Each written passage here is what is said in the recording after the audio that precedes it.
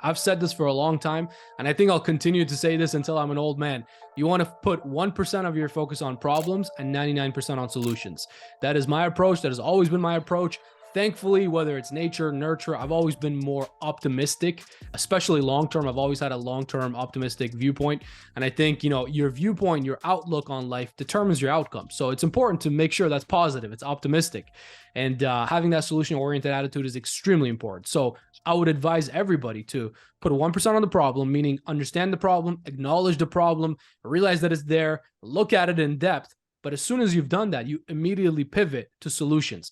And 99% of your time, energy, money, feelings, concentration, focus, whatever, has to go towards the solutions. So I'll just say that, and that ties into what makes a lot of salespeople or business owners successful and what doesn't.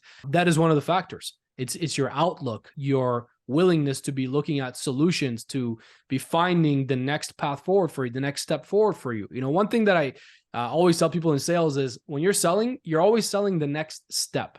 You're always selling the next point of your sales process. You're always selling the next, if you're copywriting, your sentence is always selling the next sentence. So you want to move your prospects, move the readers, whatever the circumstances, one step at a time forward towards the end agreement, towards the ideal outcome, right?